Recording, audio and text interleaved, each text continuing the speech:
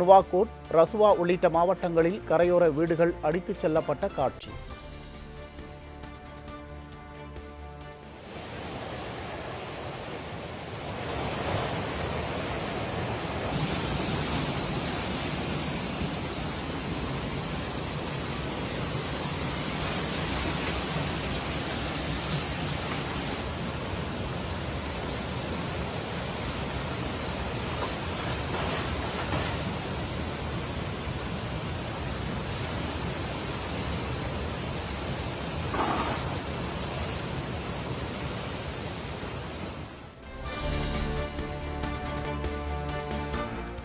நேபாள் மாநிலம் காத்மாண்டு பெரு வெள்ளத்தில் தமிழர்கள் 50க்கும் மேற்பட்டோர் சிக்கி தவிப்பதாக தகவல்.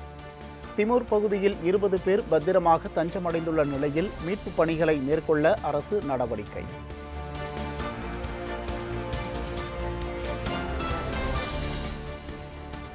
நேபாளத்தின் வடக்கு பகுதியில் நிலச்சரிவு மற்றும் காட்டாற்று வெள்ளத்தின் கோர காட்சி. கரையோரத்தில் இருந்த கட்டிடங்கள், 100க்கும் மேற்பட்ட வாகனங்கள் வெள்ளத்தில் அடித்துச் சென்ற நிலையில் 100க்கும் மேற்பட்டோர் மாயம்.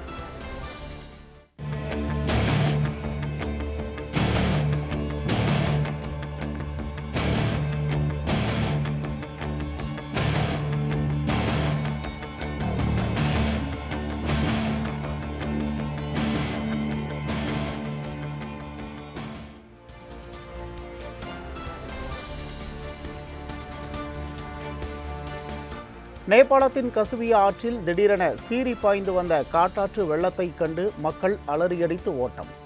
கரையோரத்தில் இருந்த மக்கள் நூலிழையில் உயிர் தப்பிய அதிர்ச்சி காட்சி.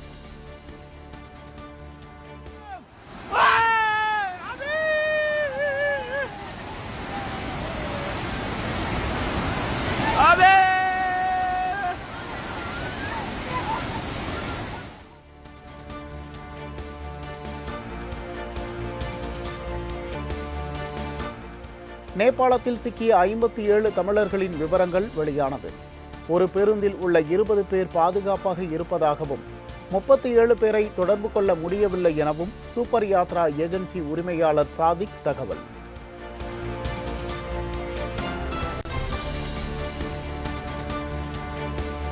தமிழ்நாட்டைச் சேர்ந்த 57 சுற்றுலா பயணிகளின் நிலை என்ன? கும்பகோணம் வட்டாட்சியர் பூங்கொடி பேட்டி. கும்பகோணம் சூப்பர் யாத்ரா ஏஜென்சி இந்த நிறுவனத்திலேருந்து 57 பேர் போயிருக்காங்க. 57 பேர்ல நம்ம தஞ்சாவூர் டிஸ்ட்ரிக்டை சேர்ந்தவங்க 17 பேர் சொல்லியிருக்காங்க. அந்த அட்ரஸை தான் நம்ம சேகரிச்சுட்டு இருக்கோம். மேக்ஸிமம் சேஃபாக இருக்காங்கன்னு தான் சொல்லியிருக்காங்க. சரியான நியூஸ் வந்ததுமே நான் விசாரணை பண்ணி உங்களுக்கு நியூஸ் கொடுத்துருக்கேன்.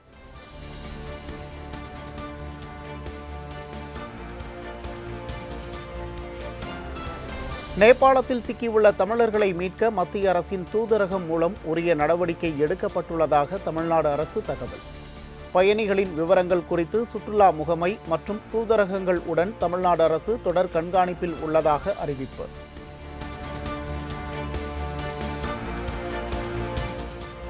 நேபாள பிரதமர் பாலன் ஷாவிடம் பிரதமர் மோடி தொலைபேசி வாயிலாக பேச்சு. நேபாளத்தில் ஏற்பட்ட வெள்ளத்தால் உயிரிழந்தவர்களுக்கு இரங்கல், அனைத்து மனிதாபிமான மற்றும் நிவாரண உதவிகளையும் வழங்குவதாக உறுதி.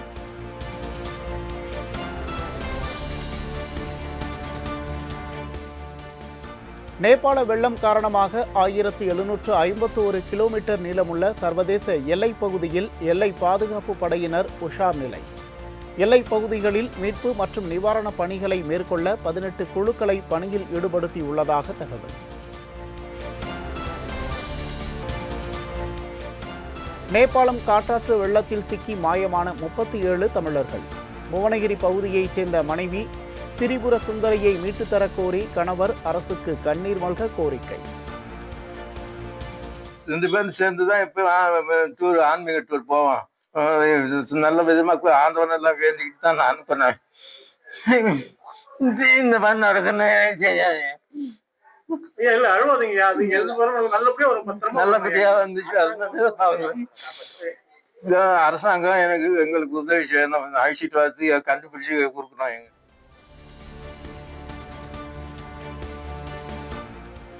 செப்டம்பர் 1ஆம் தேதி மேட்டூர் அணையில் இருந்து பாசனத்திற்காக தண்ணீர் திறந்து வைக்கிறார் முதலமைச்சர் விஜய். மேட்டூர் அணை நீர் திறப்பு குறித்து அதிகாரப்பூர்வ அறிவிப்பை வெளியிட்டது தமிழக அரசு.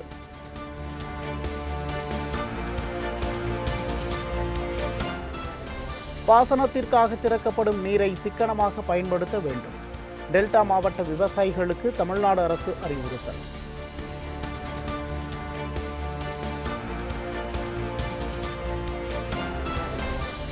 முதலமைச்சர் விஜய் மேட்டூருக்கு செல்ல உள்ளதை முன்னிட்டு காவல்துறை அதிகாரிகள் ஆய்வு. கோவை மேற்கு மண்டல காவல்துறை தலைவர், சேலம் மாவட்ட டிஐஜி உள்ளிட்டோர் பாதுகாப்பு ஏற்பாடுகள் குறித்து ஆலோசனை.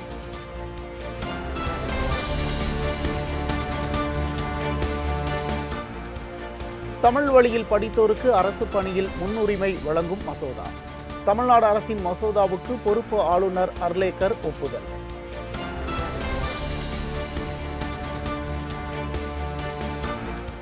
அரசியலுக்கு மிகப்பெரிய புற்றுநோயாக இருக்கும் ஊழலை அகற்ற முயற்சிக்கிறார் முதலமைச்சர் ஜோசப் விஜய். அதிகாரிகள் சிலர் தாவேக அரசை ஸ்தம்பிக்க வைக்க முயற்சிப்பதாக கோவில்பட்டியில் நடைபெற்ற திருமண விழாவில் வைகோ குற்றச்சாட்டு. ஊழலை அறவே களைந்து எரிய வேண்டும், அதுதான் புற்றுநோய் அரசியலுக்கு. அதை அகற்ற வேண்டும் என்று முடிவெடுத்துக் கொண்டு இன்றைய முதலமைச்சர் என் அருமை சகோதரர் மாண்புமிகு ஜோசப் விஜய் அதில் முயற்சிக்கிறார். இந்த அரசாங்கத்தை எப்படியாவது ஸ்தம்பிக்க செய்ய வேண்டும் என்ற முடிவோடு எந்த ஃபைலையும் நகர்றது கிடையாது, எந்த கோப்புகளும் நகர்றது கிடையாது. They want to paralyze the government. இந்த அரசாங்கத்தை ஸ்தம்பிக்க செய்ய வேண்டும் என்று சிலர் நினைக்கிறார்கள்.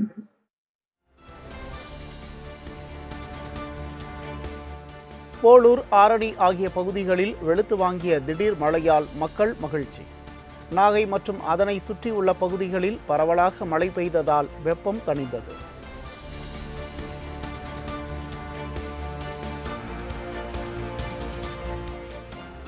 சென்னை மண்டலங்களுக்கு 7 பொறுப்பு அமைச்சர்கள் நியமனம். ராயபுரம், திருவிக நகர் மண்டலங்களுக்கு அருண்ராஜ், சோழிங்கநல்லூர், பெருங்குடி மண்டலங்களுக்கு விக்னேஷ் பொறுப்பு அமைச்சர்களாக அரசு அறிவிப்பு.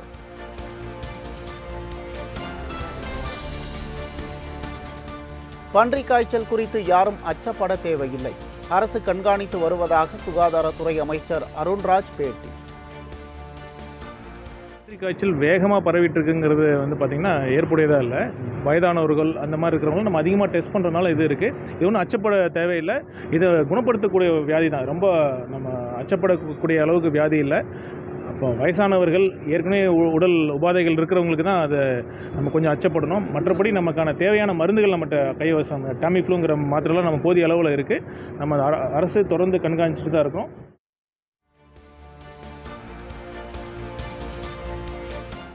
திருவண்ணாமலை அண்ணாமலையார் கோவிலில் வரும் 1ஆம் தேதி முதல் பொதுமக்கள் மற்றும் பக்தர்களுக்கு முற்றிலும் செல்போன் தடை. கோவிலின் உள்ளே ரீல்ஸ் உள்ளிட்ட நடவடிக்கைகளை தடை செய்ய செல்போனுக்கு அனுமதி இல்லை என அறநிலையத்துறை அமைச்சர் ரமேஷ் பேட்டி.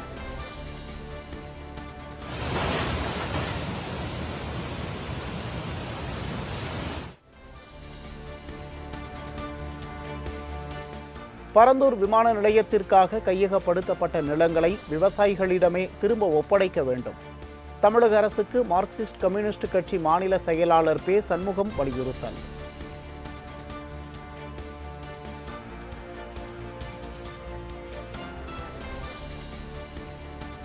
அல்லது தனியார் முதலாளிகள் கைவிடுகிறார்கள் என்று சொன்னால் மீண்டும் நிலத்தை விவசாயிகளிடம் ஒப்படைக்க வேண்டும். அதே மாதிரி நிலத்தை கையகப்படுத்தி 5 ஆண்டுகளுக்குள் பயன்படுத்த வேண்டும். இல்லை என்றாலும் நிலத்தை திரும்ப விவசாயிகிட்ட ஒப்படைக்கணும். இதுதான் 2013ஆம் ஆண்டு நிலம் கையகப்படுத்தல் சட்டம் சட்டத்தில் இருக்கக்கூடிய மிக முக்கியமான ஒரு அம்சம்.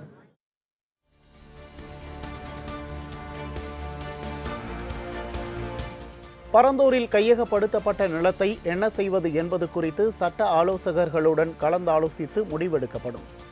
பள்ளிக் கல்வித்துறை அமைச்சர் ராஜ்மோகன் விளக்கம். வல்லுநர்களோடு சம்பந்தப்பட்ட விஷயம் என்பதால அது கலந்தாலோசித்து நம்ம சொல்லணும். கலந்தாலோசித்து அவர்களுக்கு ஃபேவராகவே இதை நம்ம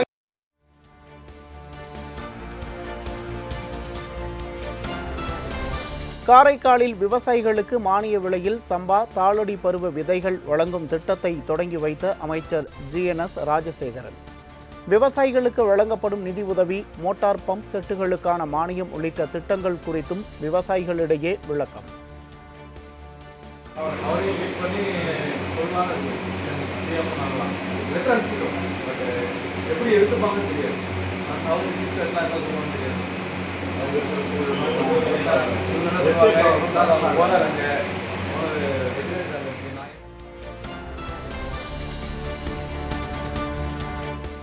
ஓணம் பண்டிகையை ஒட்டி வயநாடு மாவட்டத்தில் சுமார் 25,000 சதுர அடியில் பிரம்மாண்ட அத்தப்பூ கோலம், பிரமிக்க வைக்கும் ட்ரோன் காட்சி.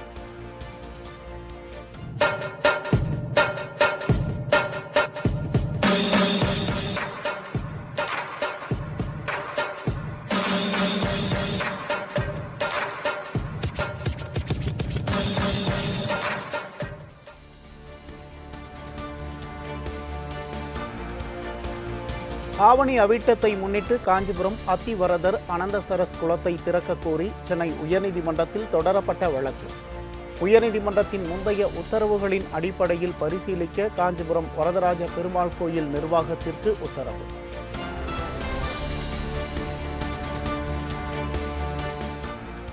மிலாது நபியை முன்னிட்டு கோவையில் 2000 கிலோ அரிசியில் நெய்சோறு சமைக்கப்பட்டு மக்களுக்கு தடபுடல் விருந்து. 20,000த்திற்கும் மேற்பட்டோர் நீண்ட வரிசையில் காத்திருந்து உணவை வாங்கிச் சென்றனர்.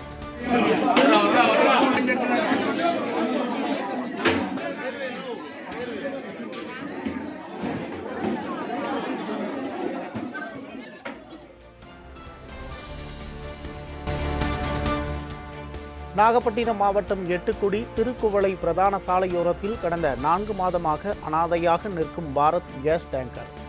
கோடை வெயிலில் வெடிக்கும் அபாயம் உள்ளதாக பொதுமக்கள் பீதியடைந்து வரும் நிலையில் உடனடியாக அப்புறப்படுத்துமாறு கோரிக்கை.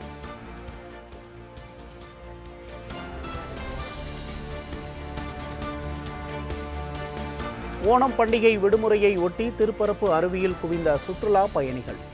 அருவியில் கொட்டும் தண்ணீரில் நீண்ட நேரம் குளித்து மகிழ்ந்தனர்.